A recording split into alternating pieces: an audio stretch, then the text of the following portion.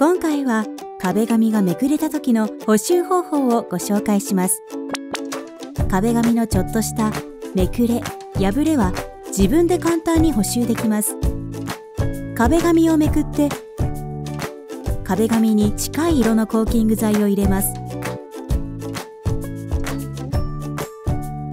壁紙を指でなぞってコーキングを押し出すように壁紙の下で塗り広げます。雑巾などではみ出たコーキングを拭き取り、ローラーで圧着すればあっという間に補修完了です。